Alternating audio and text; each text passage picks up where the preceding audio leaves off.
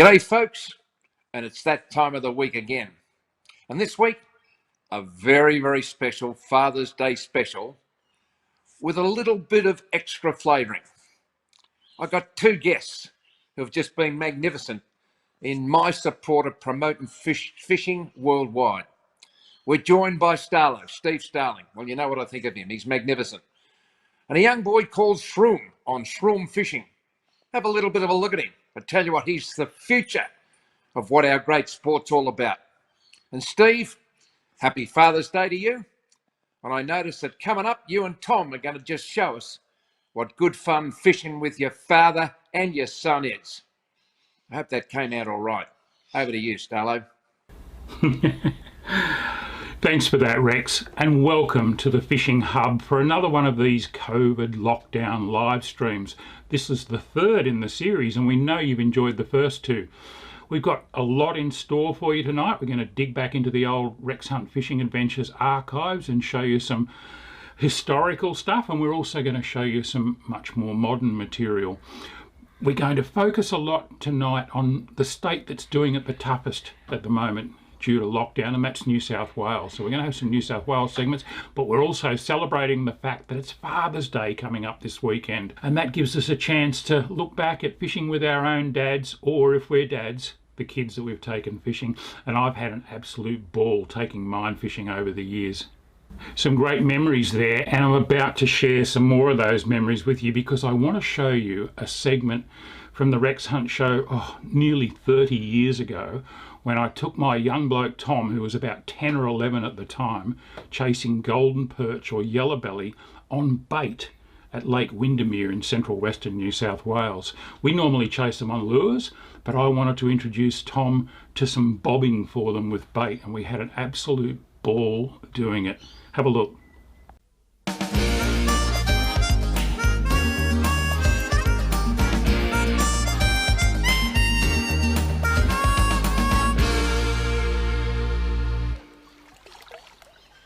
This is Lake Windamere in central western New South Wales, not too far from Mudgee. And I've tied the boat up about 20 or 30 metres out from the bank and in about 3 or 4 or 5 metres of water. There's a dense weed bed inside us, and there's a lot of standing timber around here, as you can see, trees that drowned when the lake first filled back in the 1980s. This is great structure for fish. There are a lot of native fish in this lake: Murray cod, golden perch and silver perch. And today we're going to have a go at fishing for them with bait. I'm here with my son Tom. Tom, you enjoy freshwater fishing, what, as much as saltwater? Probably as much. And you like lure fishing, I know, but you enjoy a bit of bait soaking from time to time, don't you? Well, I'm going to show you a few tips today because I know you've fished with a bit of bait before, but we're going to try some different baits today. Now, I know you've used the old earthworm. They're one of the best baits around, but I want to show you a little tip for when you put them on the hook. A lot of people just get one worm and push it right up around the hook. This is the way I want you to put worms on. It's much more effective. Just get the point of the hook and snick it through the body of the worm, run it through for just a centimetre or so, and then bring it out again. And look at the way he wiggles, and you get another couple of worms. Don't be afraid to use a few. You know, we've got plenty of worms. People try and get away with just one worm on the hook. You're much better off to have all these dangling ends hanging off. Do you reckon that'll look pretty good to a fish? Yeah. See, they'll keep wiggling like that once it gets in the water. And that's the way to do it, just a centimetre or so on the hook with each one. Now I've got Tom's sinker running right down and sitting on top of his hook because the technique we're going to use today is called bobbing. And it's a very effective freshwater bait fishing technique. Righto Tom, no need to cast this, just drop it straight down there beside us because we're sitting in amongst all this timber. The fish are probably right underneath us. Now I'm going to use another very effective freshwater bait, and that's a crayfish or yabby. I've caught these out of a local farm dam and I've been keeping them alive just in a damp hessian sack, and they're a fantastic bait, especially for Murray cod, big golden perch and also redfin. Now again, I'm rigged up with the sinker running right down onto the top of the hook. It's about a number 10 hook, and what I'm going to do is just double the tail of the yabby over like this, take the point of the hook and run it through the tail, bring it right out like that, and I've got the yabby hanging right off the hook and the sinker sitting down on top of it, as you can see. Now that yabby will stay alive for quite a long time like that, and his legs are moving and his claws waving around. Some people break the claws off, but on a small yabby like this, I'm happy enough to leave the claws on. On a big one, I probably would break them off because the yabby will stand up and tend to fight the fish off as it's trying to eat it. Okay, now it's a matter of lowering this down to the bottom, again, straight under the boat. I'm going to free spool the reel. You open your bail arm, Tom, and we'll let our line down until it hits the bottom. It shouldn't be too far down. I think we're in about 5 metres of water here, maybe 6. Down, down, down we go. Maybe 7 metres. There we go. Okay, it's on the bottom now. You're on the bottom. Now close your bail arm. Now we just lift the line up, wind a little bit of line up, Tom, until you can just feel the weight of the sinker, and you know that it's just off the bottom. That's it. Perfect. Now what we're going to do, and this is why it's called bobbing, is just lift our rod tip up, and you'll feel the sinker bouncing up and down on the bottom. Can you feel that? Can you feel it hit the bottom? So lift and drop, and if you lose contact with the bottom, just let out a little bit more line. Sometimes it'll drop into a hole. There we go, I'm on the bottom again. And it goes bonk, bonk, bonk on the bottom. And that's called bobbing. And it's a very good imitation of what a yabby does, but it also works with things like shrimps and worms. And we just keep working the bait like that. Every now and again we can let it sit for a while. Tom, that's a bite. Hit him. You've got him. I'll get out of your way. Just take it easy. Oh, nice one. Don't wind it any further.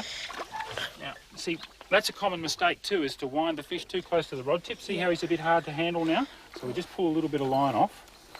And that, you'll always only reel up until about the length of your rod. And then you can raise your rod up and bring the fish to the surface. Oh, he's a nice one, mate. Look at all the worms hanging out of his mouth. One of them just fell off the hook. Good stuff. Well, he liked the worms more than the yabbies, and that bobbing action obviously attracted him. Oh, Tom, what do you reckon about that? Yeah, it's a good coloured fish. It's a beauty, isn't it? You've caught bigger goldens than this, but have you ever caught one on bait before? No. No, well, there you go. That's something new, isn't it?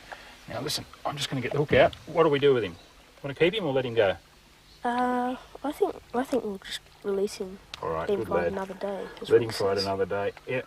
You going to give him a kiss like Rex does? No, I don't think so. These guys really slobber. Really slobber, do they? Okay, I'll get the hook out. He's just nicely hooked right here in the jaw. He's a nice fish, mate. He's heavy. I'd say he'd be, well over a kilo. Might be 1.5 kilos.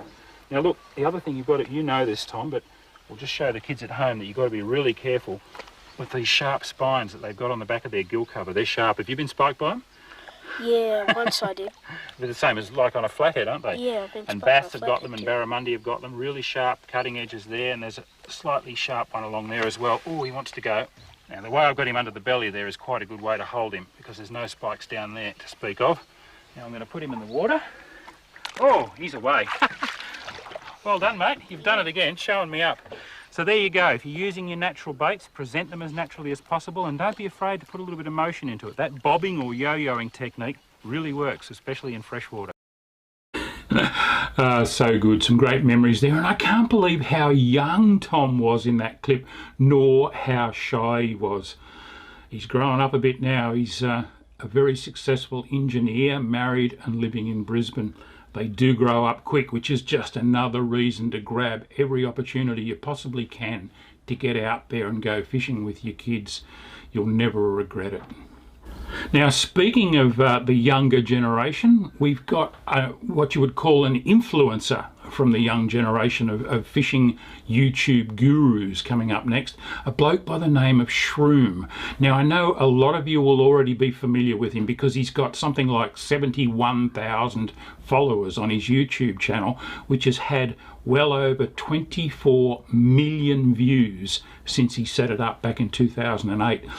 He's a great guy. He loves to share information, and you know, one of the reasons I think he's so successful is that he does almost all his fishing within the Sydney metropolitan area, and he does most of it land-based. So he does the sort of thing that anyone can go and do, and they can take their kids to do. A lot of us can even do it now during lockdown, as long as we don't break the rules about going outside our LGAs or going too far from home or whatever. And of course, we practice social distancing, wear our masks when we're out, and all those kind of things. You can actually still go and do this. Now, in this particular segment, Shroom takes us to the rocky groins on the shores of Botany Bay. And Botany Bay has been fishing exceptionally well lately. Have a look at this. Firstly, thank you very much, Starlo, for the kind introduction. And guys, you know what? I must say, it's a privilege to be on the show with Rex and yourself, so thanks for having me on. And you know that story, fishing Lake Windamere with your son Tom, that was a great story, especially those tips on how to rig the earthworms on, bunching them up on the hook, and that bobbing technique as well. you know what, the next time, the next opportunity that I get, I'm going to give that a go. And guys, speaking about father and son, I hope everyone, every viewer that's watching tonight has a wonderful Father's Day on this Sunday. Now, a little bit about me. Starlo's already given me the best introduction, but just to be brief and succinct, yes, I am a fishing YouTuber, content creator, fishing metropolitan Sydney, and that's where we're going to go next. So we're going to go from the freshwater, from Lake Windamere with Starlo and his son, down towards, well, should I say east towards Botany Bay, right in the thick of it, Sydney City. You guys know where it is, and we're back into the saltwater. Going to be catching a few saltwater species there. So guys, it's going to be a really interesting one. I'm going to take you on one of my adventures that I have every week. So kick back and enjoy. Heaps of structure around here. Whoa, right on. Right on. Yes, got one. Oh my gosh.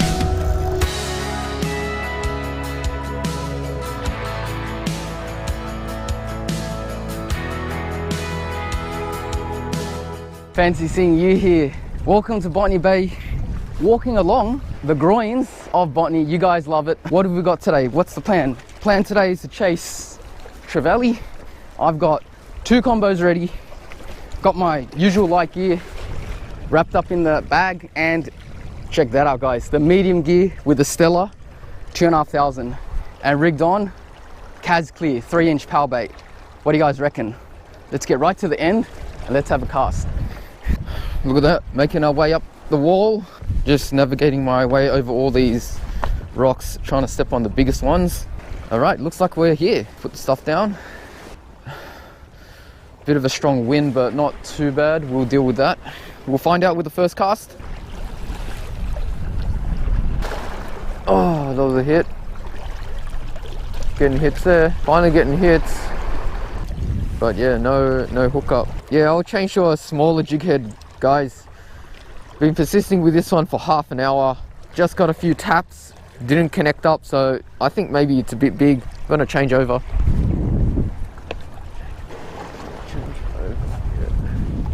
There we go. Bring out the light gear. This is going to be real bad if I hook up, but you know, if that's what it takes to get a fish, guys, I'm all for it. So this one's already got 6 pound tied on. Just got to rig a lure onto this. 6 pound, not too smart. So we're going to go the watermelon red, trusty old watermelon red grub, 2.5 inch with a 1/8 ounce weight. Yeah, there we go. Not too bad, guys. Not too bad. Let's make it a double. S factor, squeegee's S factor on that as well. They're gonna have to take it now, right? Yep, first cast was a doozy. Knock knock, Shrooms here. Right here, we finally got some bait coming by. Yes, got one. Oh my gosh. Oh my gosh. Oh my gosh. Oh my gosh. It's on the weed. Oh, stun. Wow. Wow. No way. Smoked. Smoked. I knew that was going to happen on 6 pound. They wouldn't take my 14 pound. Wouldn't take it. Oh, no, that drag is serious with my rod up too. That's some serious drag there. No way. What was that? I'm guessing it was a trev. No. Could have been a kingy or something. That was going real hard from the get-go. I think it caught a little bit on the weed. Oh, I'm scratching my head, I'm spewing. I'm gonna have to change to 10 pound. It's still a long leader, but we'll have to give it a go. They didn't like the 14, didn't get a hit. I'm just gonna have to hope that they will take it with the 10 pound on. So we need to go get another one of these 1/8 ounce jig heads and ye watermelon red. Let's see what I've got here. Have I got another 1/8? Yeah, we do. Got one there.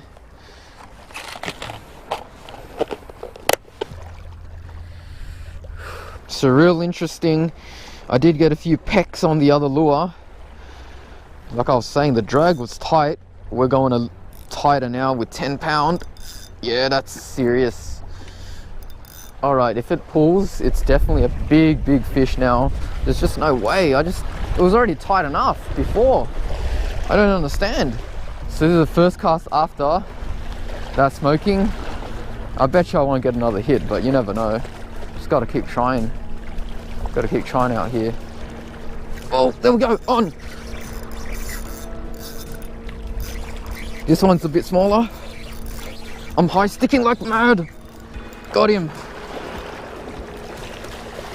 Yep, obviously not the same fish because I was able to get it up. You.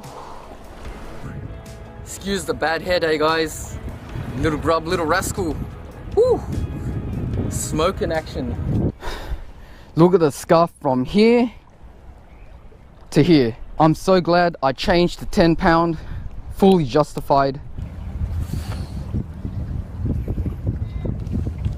Sesh not done. Whoa!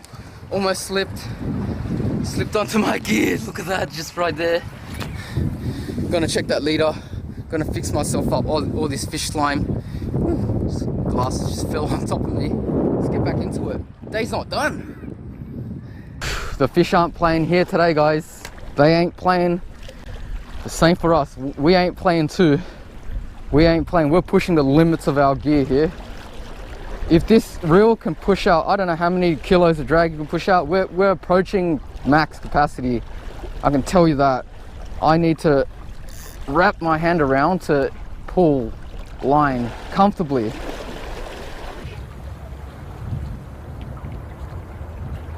Right, guys, that's a lure. Z-Man grub, watermelon red, 1/8 ounce jig head. Just gotta punch it out. I'm literally standing in the water on a rock that gets water because I just can't get down low enough to show you guys.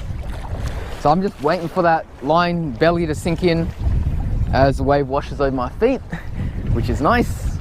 Once it hits the bottom, double hop.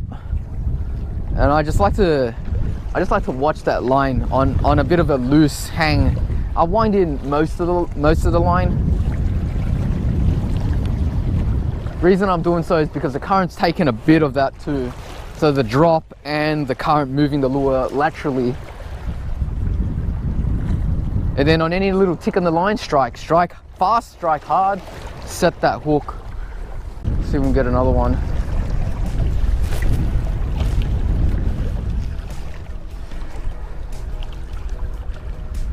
Heaps of structure around here. Whoa, right on, right on. Yep, I'm gonna keep it up off the bottom. Where is he? Where is he? Look, he's going left. He's going left on my recording. Oh.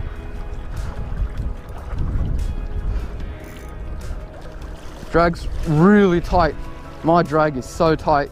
It might be smart to just let it muck around outside. Instead of bring it in here, I'd be in trouble. I might just lower that drag a bit, let it run out. I know I'm not going to get busted out there. That's how my drag is so tight still. My drag is so tight because of what happened before, because I'm on 10 pound, but if I bring it in here, I'm going to get smokety smoked. Just tiring it out now. I can't bring it in. Like if I bring it in, it's gonna be a big effort anyway. I'll let him slug it out there. Let him slug it out there. He's using the current to his advantage. Look at that, he's just going around that way. We'll turn his head now. Is he tired? Oh, that's it. We're gonna go back up to good drag. We'll bring him in.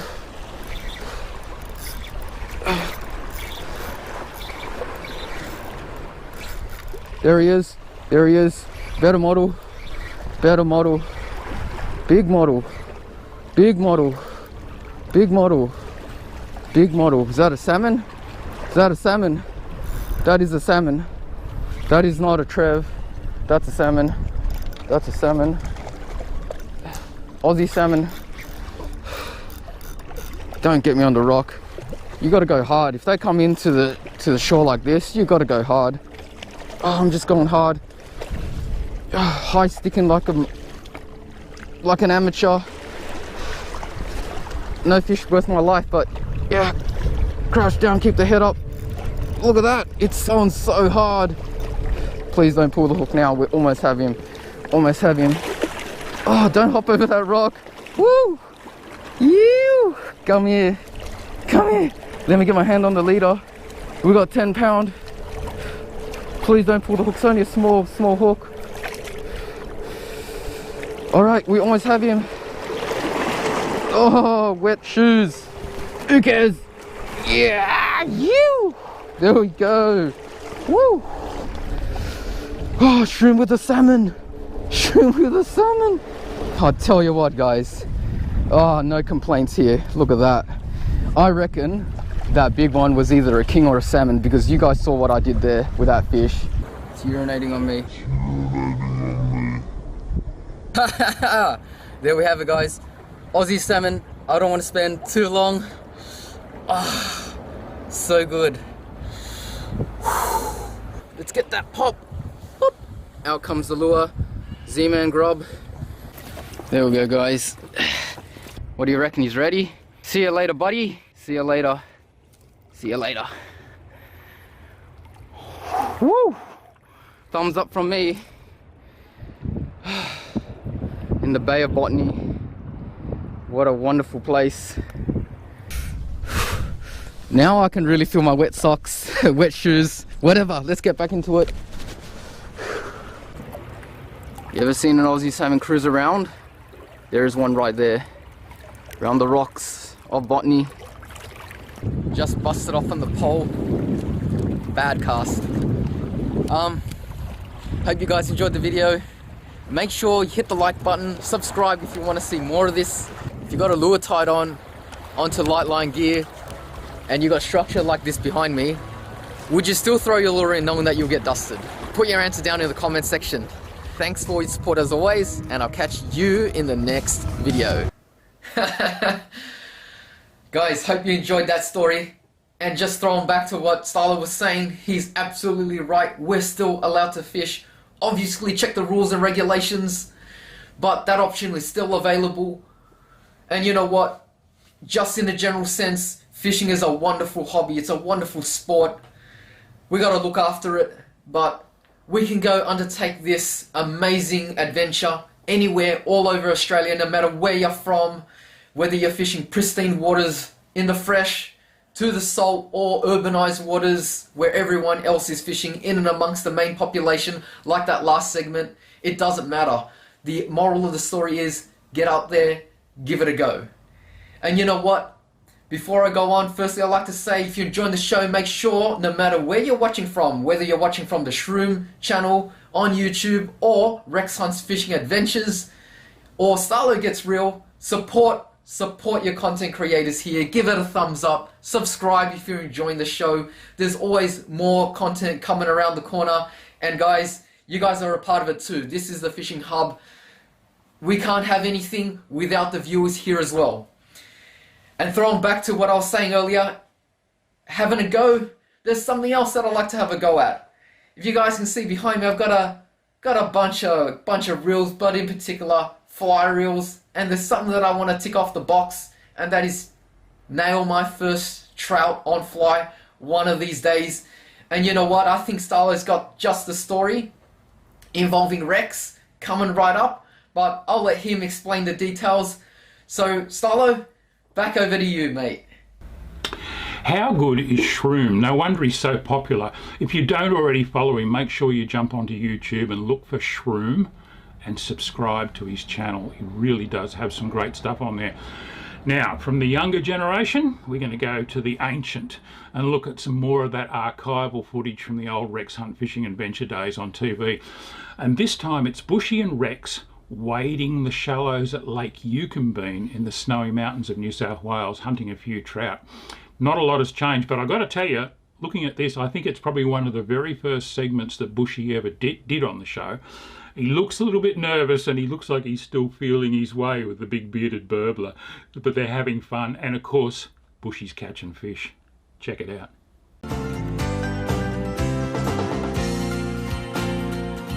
There he goes, Rex. Yeah. Just coming along there. Just I've got him. I've got him. In front of him. Oh yeah. Going the other way. But isn't that fishing, eh? It's the way it goes. Folks, you know I get excited about fishing, and I'm here at, well, I suppose you could say the mainland of Australia's premier trout fishing impoundment, Lake Eucumbene. It's mighty. With me is Kay Bush, and a lot of you people who take fishing serious would know through the readings of Modern Fishing and Bill Classen's Freshwater Fishing magazine that Bushy is the resident fly fishing expert. And Bushy, this, to coin a phrase, is your home territory, Lake Eucumbene. Well, I do spend a lot of time out here, Rex, and it's a top lake, and we're in a good part of it at the moment. We're in Frying Pan Arm, and we're just before evening, so we're expecting a bit of action along here, Rex, and we've already had a little bit, so that's a taste of what's to come. What we want to get across to you folk at home is that there's tremendous camaraderie amongst fly fishing people, amongst any people, on a pier or in a stream. When two guys hit it off and they've got the same interest in fishing, you're in with a big chance. And tonight, it's getting near prime time. Let's see if we can pick this fish up again there, Bushy. Okay, Rex. I'll just put it in front of him again. A lot of people at home would say shallow water, difficult to catch fish, because a lot of people think you have to have deep water to catch fish, but I think I could just about, at 6'4" on the old scale, walk across the other side. Why so shallow water? I thought you'd probably walk across the other side on the top of the water, Rex. I didn't think you'd have to go in. I'll leave the smart stuff to me. Eh? Okay, Rex. Well, what we're going to be doing here in this shallow stuff, the fish will be all coming in here to feed later on. We're here probably 2 hours before dark. The fish will come into this shallow water because that's where all the food is. And they'll be eating stick caddises, and they'll be eating snails, and later on they might even be eating some beetles. And we're going to be sneaking along here with Rex, and we'll see the fish come up and take some food, and then we'll be throwing the fly right in front of it, and hopefully we'll catch one. At least that's the theory, Rex, anyway. His surname is not only Bush, the old bush under the nose signifies that he thinks like a fish. He might look like a fish too, but he knows his stuff. And folks, just understand that I'm really excited about the possibility of catching a fish. Well, we're definitely going to catch one in here, Rex. There's no such thing as definite, mate. Ask my wife. The old red tag, Bushy, I'll tell you what, I've knocked a couple of nice brownies off when I was a kid, the old red tag, the beetle pattern, but this is very impressive. Tina Turner would love these at a concert on a reload, mate. Run us through some of your favourite flies. Well, in this little piece of water here, Rex, these are the little stick caddis, which we know the fish have been eating over the last week or so. Yep. In the shallow water, and that's just the little yellow grub that lives inside the stick. Oh, yeah. So that's might catch us a fish. Other than that, the fish we've been catching with the snails, these are just little snail patterns. Now, I heard Paul McCartney say the other night the beetles are making a comeback. They look like they're making a comeback in your fly box, mate. Beetles will make a comeback right before dark, Rex, because they'll all fly down, fall in the water, and we'll knock them off with these little foam beetles. Well, talking about knocking them off and knocking flies off, if some of these blighters keep buzzing around the old bearded burbler, they won't see nightfall. Let's fish, Bushy. Let's get them, Rex.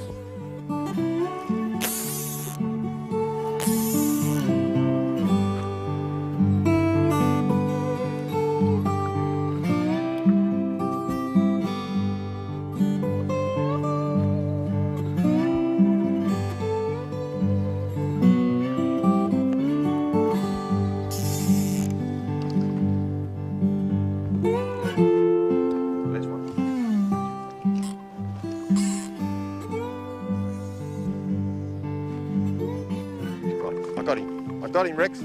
Oh, you rip snorter, Bushy. Is it a good fish? No, he's a reasonable fish, Rex, yeah. Get rid of some of this loose line on the reel.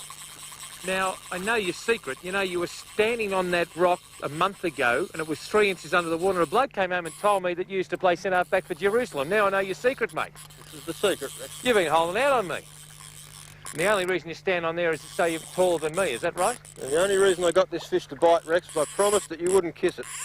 Well, you know the rules of the game, that I might not always be right, but I'm always the boss. Feel like Sir Edmund Hillary over here. We got a chance of bringing it in a little bit, What can we have? a little bit shallower.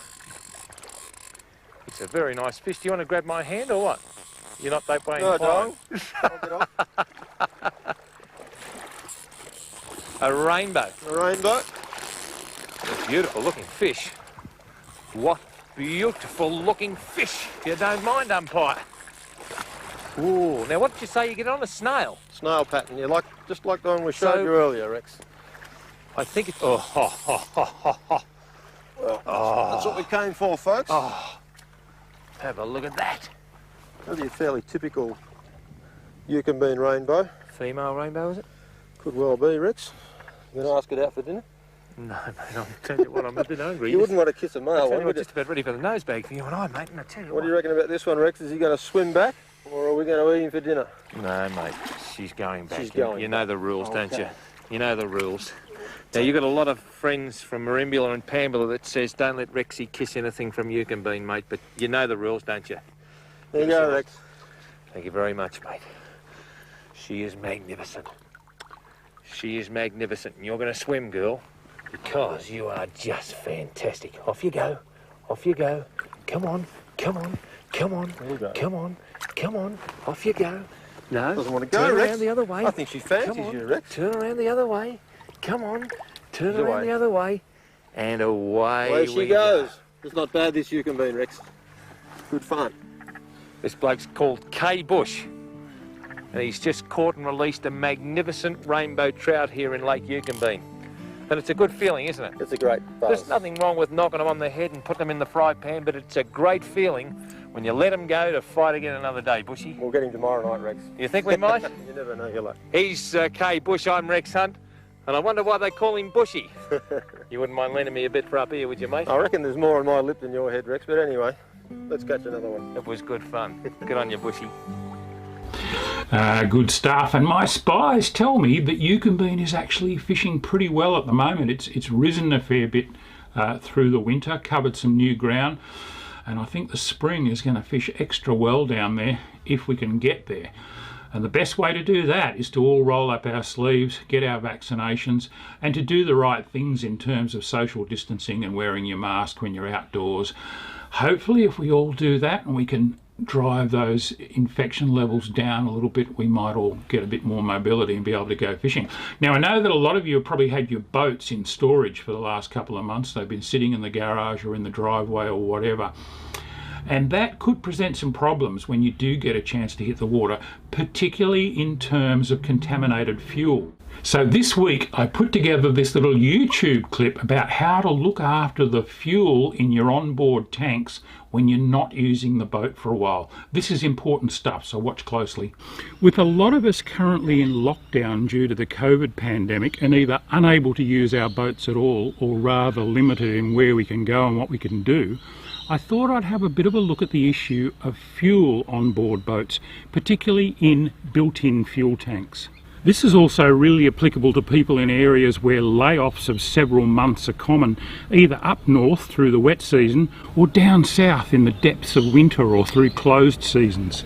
Fuel left in tanks for long periods can deteriorate, particularly if it can pick up water as a result of condensation in the tank. And that's not a good thing. But there are a couple of fairly simple steps that you can take to avoid these issues. Firstly, always buy your fuel from a reputable outlet with a steady turnover of customers. That way you know you're getting clean, quality fuel to start with. Avoid fuels containing ethanol too if you possibly can, as ethanol is particularly prone to picking up water. Ethanol-based fuels might be okay in your car, but they're just not ideal for boats. Next, if the boat's likely to be sitting unused for a while, top the tank up to around 90% of its capacity. This will greatly reduce the volume of air in the empty part of the tank where condensation can occur.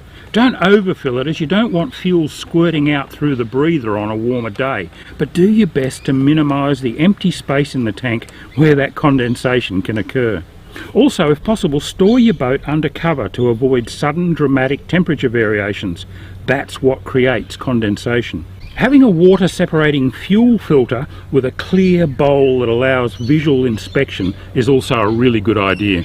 Finally, you can consider adding a fuel stabiliser to maintain the health of the fuel and reduce the amount of water that it's capable of picking up. Follow the mixing instructions on the bottle. Contaminated fuel is a really common source of boating problems, and it can also dramatically shorten the life of your motor. So follow those basic rules. Buy right in the first place and avoid ethanol-based fuels. Fill the tank up to about 90% if you're going to be storing it for a while to reduce that area of air where condensation can occur. Fit an inline water separating fuel filter between the tank and your motor. Avoid dramatic temperature changes. Think about where you store your boat. And if necessary, consider adding a fuel stabilizer. If you follow these basic rules, even if your boat's sitting there for 5, 6, 7 months, it should fire up first turn of the key when you get back on the water. And I know I'm looking forward to getting back out there. Tight lines.